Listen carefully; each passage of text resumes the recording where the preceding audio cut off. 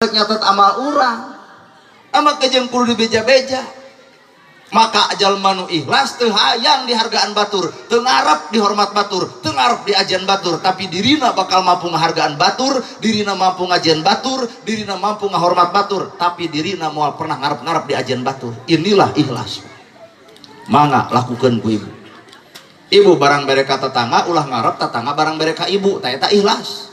Ada ieu mah pan lain. Urang mere pingping hayam situ mere huluna omongkeun. Ti urang pingpingna situ mah huluna. Ningo hareup dendam atuh dibikeun cekerna.